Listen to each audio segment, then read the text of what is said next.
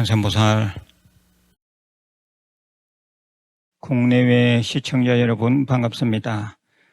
우리 유튜브 불교대학은 바른불자, 정법불자들에게 자부심과 행운을 드리는 성취 채널입니다. 주위에 공유와 구독, 포교 부탁드립니다. 오늘 제가 제시하는 한자성어는 탈자성자입니다. 스스로를 벗어나야 스스로를 완성한다. 여기서 이 스스로의 의미를 잘 생각해 보시기 바랍니다. 오늘 제가 말씀드리고자 하는 본문의 주제는 업이 무섭다, 업을 바꾸어라입니다. 업이 무섭다, 업을 바꾸어라. 이 업은 본체를 따라다니는 그림자와 같습니다. 그림자만 잘 보아도 그 본체를 넌지시 알 수 있듯이 업은 그 주인을 숨김없이 드러냅니다. 우리 중생들은 복잡한 말 할 것도 없이 그냥 업대로 살아갑니다.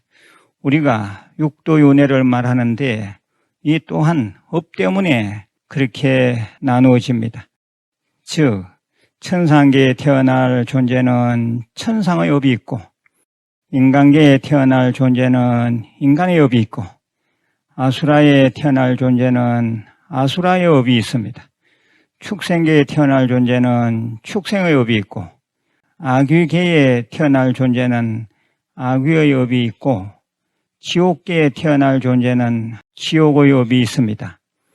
좀 더 쉽게 구체적으로 예를 들면 이렇습니다. 축생계 가운데에서도 고양이는 고양이의 업이 있고, 개는 개의 업이 있고, 소는 소의 업이 있고, 사자는 사자의 업이 있습니다. 우리 무일선언에는 여러 마리의 고양이가 있습니다.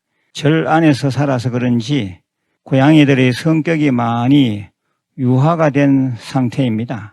그런데 이놈들은 불쑥불쑥 자기 고유의 업을 드러냅니다.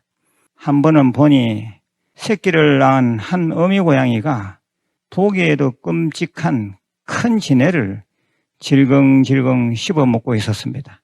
생기기는 아주 눈도 예쁘고 얼굴도 반반한 암고양이라 나는 새삼 놀랐습니다. 업이 참 무섭구나.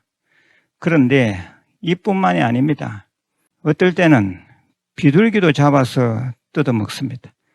밤에는 살금살금 나무에 올라 잠들어 있는 새를 잡기도 합니다. 사건이 터질 때마다 나는 고양이를 앉혀놓고 제발 이런 짓 좀 하지 마라. 그러면 너는 다음 생에 또 그 모양으로 태어난다라고 훈시를 합니다. 그리하면 고양이는 알아듣는 듯도 합니다. 그런데 문제는 그때뿐입니다. 한 번은 초겨울인데 온몸이 물에 젖어서는 다람쥐 한 마리를 잡아왔습니다. 짐작하건대 쫓기던 다람쥐가 절마당 연못에 뛰어들자 물속 끝까지 따라가 그 짓을 한 것이었습니다. 그 암고양이가 새끼를 낳았습니다. 3주차가 지나니 새끼들도 본능적으로 자기가 볼일 본 용변을 성체고양이처럼 주변 땅의 흙을 끌어다 덮었습니다. 업이 참 무섭구나 하는 생각을 하였습니다. 5주차가 막 지나고 6주차에 들어왔는데 그 새끼 중 한 놈이 다른 놈은 못 오게 으르릉거리면서 뭘 씹어먹고 있었습니다. 거의 반쯤 먹은 상태인데 유심히 살펴보니 먹잇감이 작은 쥐, 생쥐였습니다. 아직 이빨도 잘 나지 않은 상태인데 참으로 기가 찬 일이었습니다. 내가 그놈들로 말했습니다. 너 그거 먹고 소화는 될 것 같으나 너 아주 웃긴다. 너 이제 죽었다. 그런데 그 새끼 고양이는 다음 날도 그 다음 날도 끄떡없었습니다.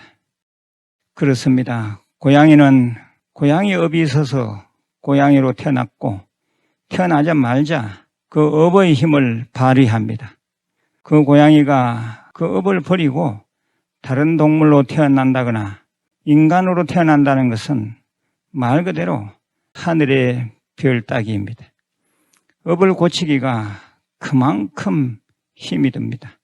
그런데 인간 또한 마찬가지입니다. 인간은 다 같지 않습니다.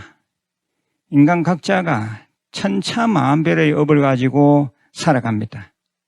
강원도 쪽에서 사기를 당하고 어렵게 살고 있는 한 조경업자에게 내가 한 번은 무슨 얘기 끝에 물었습니다. 그 일 하는 게 좋습니까? 다음 생에도 그것 하시겠습니까? 그러자 그 조경업자의 말이 아주 걸작이었습니다. 스님, 저는 다음 생이 아니라 세세생생 이 조경업을 할 것입니다. 이 일이 너무 좋습니다. 예, 그러합니다. 조경업자에게는 조경업이 따라다니고 정치인에게는 정치업이 따라다니고 사기꾼에게는 사기업이 따라다닙니다. 선생님에게는 선생업이 따라다니고 스님에게는 스님업이 따라다니고 춤꾼에게는 춤추는 업이 따라다닙니다. 참으로 업을 바꾼다는 것이 얼마나 어려운 일인지 모릅니다. 최근에 출가한 지 얼마 되지 않은 상제로부터 연락이 왔습니다. 이 녀석은 출가해서 행자 생활할 때부터 불평불만이 많았습니다. 그러다가 계를 받자 말자 은사나 사형에게 온다 간다 소리도 않고 자기 부모님 불러서 그 차로 내뺐습니다. 나중에 알고 보니 어느 사찰 성가대학에 입학하여 공부하고 있었습니다. 나는 전화로 말했습니다. 거기서는 진득하니 잘 붙어 있거라. 그곳은 나의 본사이고 은사스님인 방장스님께서 계시는 곳이라 잘 살아야 한다.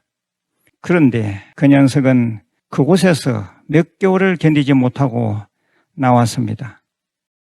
들어가는 재주는 좋은지 그 다음은 동국대학교에 입학했습니다. 또 무슨 일인지 얼마 전에는 여기도 살만한 곳이 못 된다면서 1년 반 만에 또 나오겠다는 것이었습니다. 아예 환속하겠다는 얘기를 하였습니다. 그 뒤로는 소식이 끊어졌습니다. 나는 생각했습니다.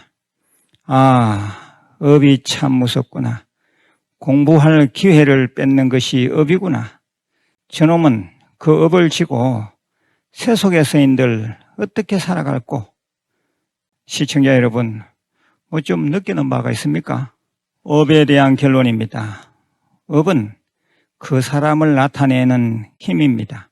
앞의 조경업자처럼 자기가 그 업이 좋아서 그것을 쫓는다면야 관계가 없겠지만 만일 못난 자기를 규정짓는 업, 자기를 힘들게 멍에 씌우는 업, 그 업으로부터 탈출하고자 한다면 강한 의지적 수행이 필요합니다. 시청자 여러분, 지금 사는 것이 어렵습니까? 업 탓입니다. 수행만이 유일한 살 길입니다. 금강경 신묘장구 대다란이 독송하고 관음정건하고 대성경전 사경하고 절 예배 부지런히 하십시오. 그리고 참선도 할 수 있으면 하십시오.